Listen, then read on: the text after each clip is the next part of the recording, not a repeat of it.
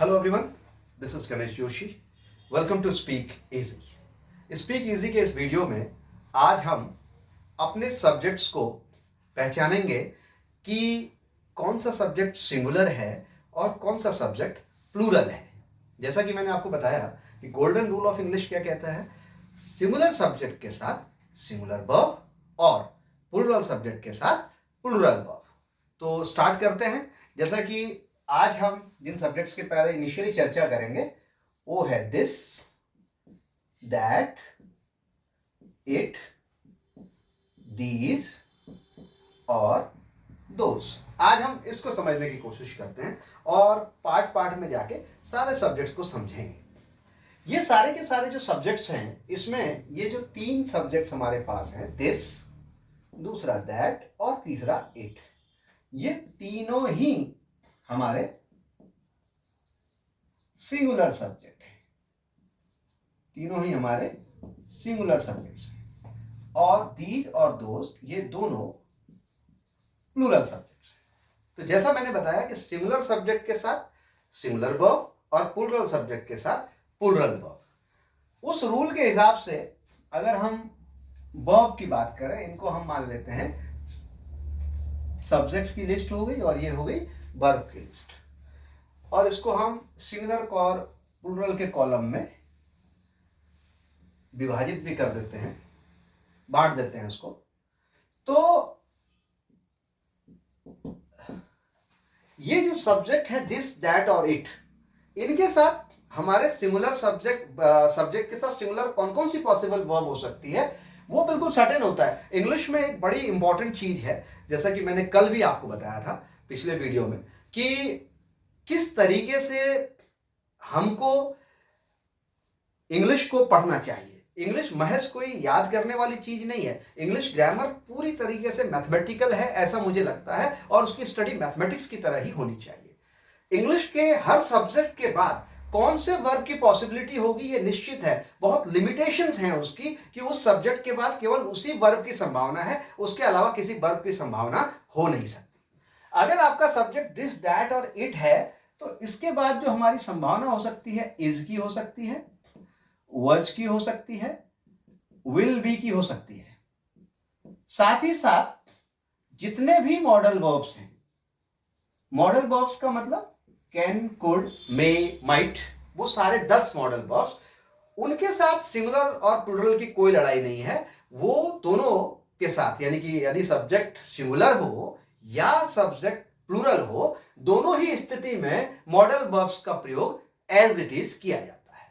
तो संभावना is, was और विल बी की है। और साथ ही साथ यदि अगर कहीं पे दिस, दैट किसी को सब्जेक्ट को डिफाइन कर रहे हो, जैसे कि आई हैव अ कैट, एक सब्जेक्ट आ गया कैट, इट हैज, तो उस स्थिति में इनके साथ हैज और हैव का प्रयोग भी हो सकता है, लेकिन वो बड़ा रेयर कंडीशंस होती है। सीधे सीधे ऐसे सेंटेंसेस देखने को नहीं मिलते। अगर वो किसी सब्जेक्ट को डिफाइन करते हुए आगे बढ़ रहे हैं तो उस स्थिति में इट के साथ हैज, हैव की पॉसिबिलिटी होती है। यानी कि अगर दिस, दैट और इट है तो इसके साथ हमारे पास जो पॉसिबल वर्ब्स हैं इज, वाज, विल बी और मॉडल वर्ब्स हो सकते हैं। इसके कुछ एग्जांपल्स को भी हम लोग समझेंगे आगे।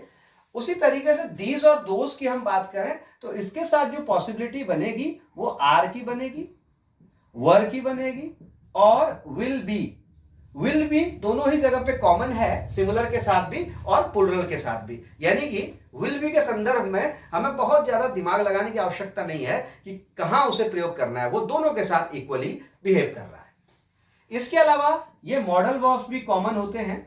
ये सारे मॉडल वर्ब्स दोनों ही जगह सिंगुलर और प्लूरल सब्जेक्ट के साथ इक्वली यूज किए जा सकते हैं। आज के इस वीडियो में हम इसी चीज को समझने की कोशिश करेंगे कि दिस, दैट और इट, इसका प्रयोग कहां किया जाता है और क्यों किया जाता है, और साथ साथ इसके साथ उपयोग में आने वाले जो वर्ब है उनको हम लोग डिफाइन करने का प्रयास करेंगे। तो क्विकली आप एक रिव्यू ले सकते हैं, देखिए जो मैंने लिखा हुआ है, और अगर आप चाहें तो वीडियो को पॉज करके इस चीज़ों को पेन डाउन भी कर सकते हैं। मेरी राइटिंग वगैरह ड्राइंग करने का आजकल हमारे टाइम में बहुत ज़्यादा कॉपियों को डेकोरेट करने का दौर हुआ नहीं करता था। आजकल के बच्चे बड़ी अच्छी कॉपी डेकोरेट करते हैं और वो बढ़िया डिज़ाइन कर सकते हैं, ऐसा मैं मानता हूँ, क्योंकि कई बार मेरा कई स्कूलों में जाना होता है तो मैं देखता हूँ कि बच्चे बड़ा सारा काम डिज़ाइनिंग में लगे पड़े हैं।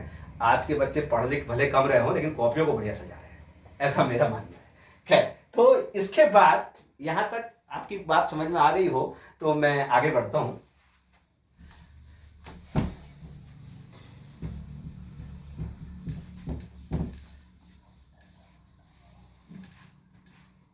अब ये जो दिस है इसी का प्लूरल दीज होता है, और ये जो दैट है इसका प्लूरल दोज होता है, और इट को इसका कोई प्लूरल फॉर्म क्रिएट नहीं किया जा सकता।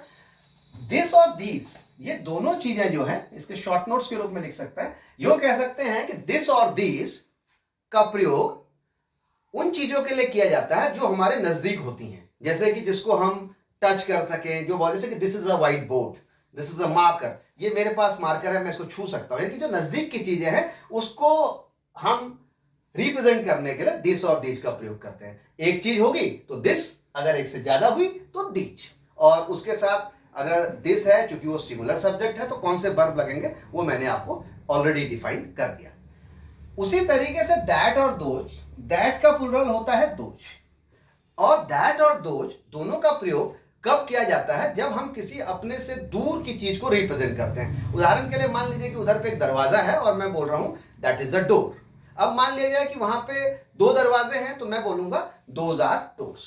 यानी कि सामान्य शब्दों में कहा जा सकता है कि दिस और दीज इसका प्रयोग किसके लिए होगा, नियर की चीजों को दिखाने के लिए, और दैट और दोज का प्रयोग फार जो चीजें हमसे दूर होंगी उसके लिए हम लोग दैट और दोज का प्रयोग करेंगे।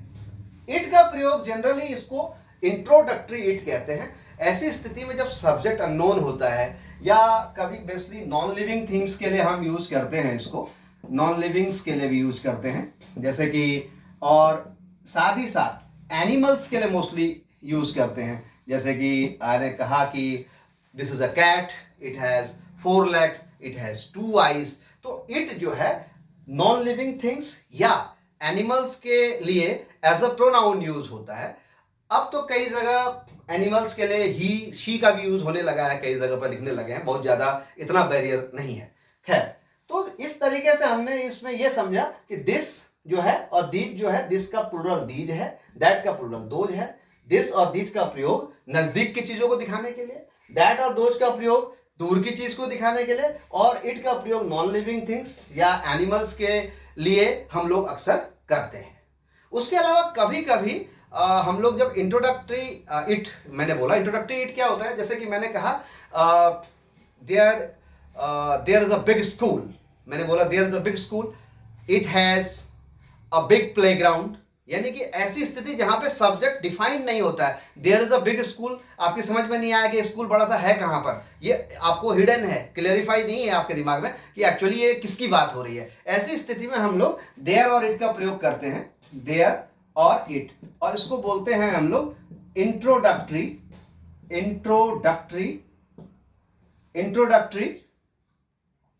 There and it, introductory there and it इसको हम लोग बोलते हैं।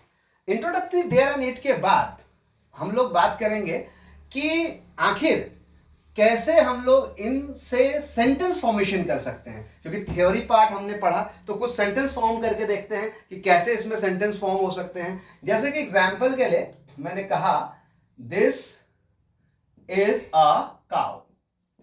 अब दिस इज अ काउ था, अगर ये सेंटेंस दीज होता तो दीज आर काउज हो जाता।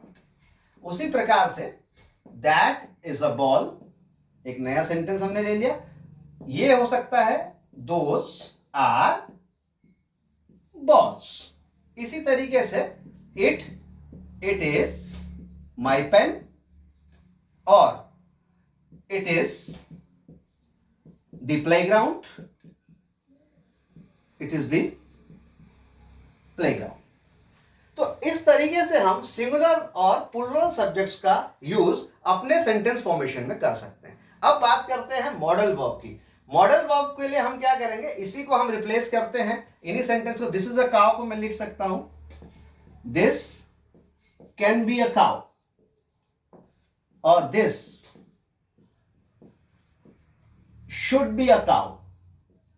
इसी तरीके से this must be a cow,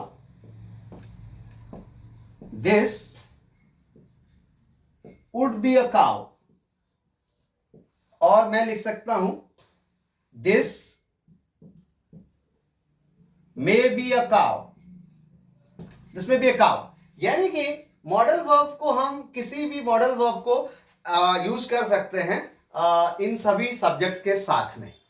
और चूंकि यहां पे एक वर्ड बी क्यों नया जोड़ा गया, एक क्वेश्चन है जो आपके दिमाग में आ भी रहा होगा।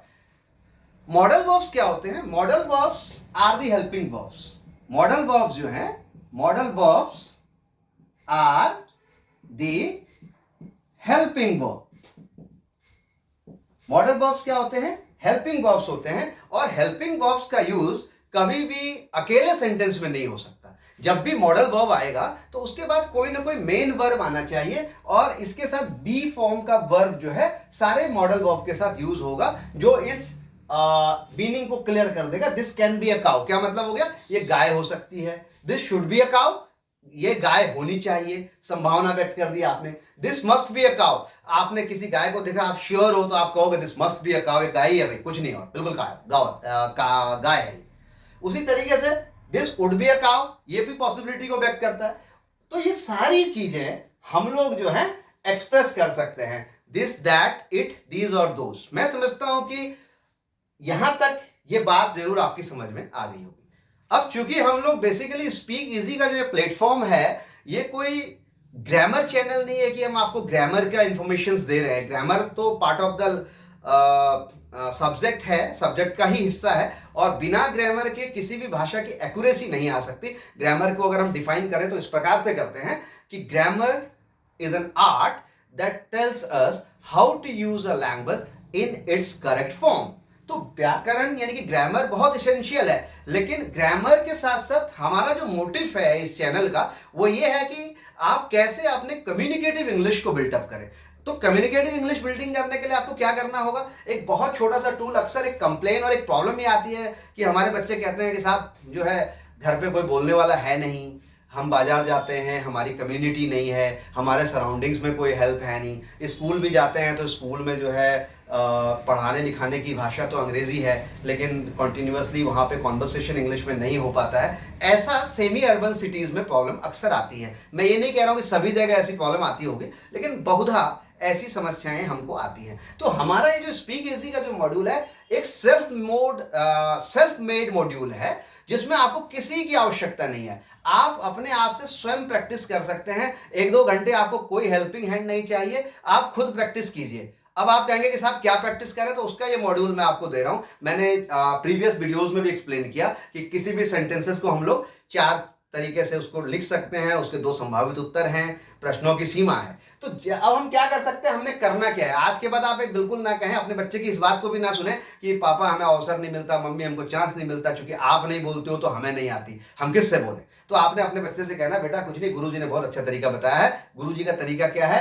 गुरुजी का तरीका यह है, this is a cow, this is not a cow, is this a cow, is this not a cow, yes this is a cow, no this is not a cow, finally what is this? Answer, this is a cow. भाई अंग्रेजी में यही तो बोलना है आपने। अंग्रेजी में कोई आसमान के तारे तोड़ के तो लाने नहीं है। Sometimes you will speak a positive sentence, sometimes you need to speak a negative sentence, sometimes you need to speak an interrogative sentence, sometimes you need to speak an interrogative negative sentence, sometimes you need to give a positive answer, sometimes you need to give a negative answer, sometimes you need to generate a WH question. इसके अलावा अंग्रेजी में भाई करना क्या है? तो आज के बाद मैं आशा करता हूं कि कम से कम आप अपने बच्चों के इस प्रश्न का उत्तर दे सकते हैं। और स्कूल वालों की भी कंप्लेन प्रॉब्लम्स रहती है, तो उनको बताइए भाई ये मॉड्यूल अप्लाई कीजिए। इस मॉड्यूल से आप रोज 1 घंटे की प्रैक्टिस कराइए, 10 वाक्य लिखिए, 10 से आप 70 सेंटेंसेस लिख दीजिए। इस 17 सेंटेंसेस को आप रेगुलर जब बोलते जाएंगे तो कहीं ना कहीं आपका टंग भी ट्विस्ट होगा। अलग से टंग ट्विस्टर्स की आवश्यकता नहीं है आपको, जिससे वो कई तरह के टंग ट्विस्टर दिए जाते हैं कि ये बोल दो, ये बोल दो। अरे भाई हमने बोलना ही नहीं है, हमने बोलना दिस दैट है, हम और टंग ट्विस्ट कर रहे हैं ऐसी चीजों का जो हमारे जीवन में यूज ही नहीं हो रहा। तो ये इससे बढ़िया कोई टंग ट्विस्टर नहीं है, इससे बढ़िया फ्लुएंसी बिल्डिंग का कोई प्रोग्राम नहीं है। उसके बाद फर्दर मैं आपको ये बताऊंगा कि ये मॉड्यूल कैसे यहां से लेके पीछे तक इंप्लीमेंट हो सकता है। उसका एक छोटा सा कॉमन एग्जांपल मैं आपको देता हूं, लिखता नहीं हूं, सिर्फ समझाने के लिए जाता हूं। अब आप कहोगे गुरुजी ये तो बहुत छोटे छोटे सेंटेंसेस थे, आपने बहुत समझा दिया, अपनी टीआरपी बढ़ा दी। अरे भाई नहीं, ऐसा नहीं है, मैं कोई टीआरपी वारपी नहीं बढ़ा रहा अपनी, मैं आपको एक एग्जाम्पल देता हूँ। सबसे बेसिकली इंग्लिश के अंदर जनरली जो हमारी सारी बुक्स कहती हैं, सारा ग्रामर टीचर्स कहते हैं, क्या कहते हैं कि साहब जो है इंग्लिश का बैकग्राउंड और बेस क्या है, टेंस और वॉइस है। चलिए साहब आप ही की बात मान लेते हैं। एक सिंपल प्रेजेंट टेंस का एक सेंटेंस ले लेते हैं। तो आप सिंपल प्रेजेंट टेंस का एक सेंटेंस ले लिया, मैंने कहा आई प्ले क्रिकेट।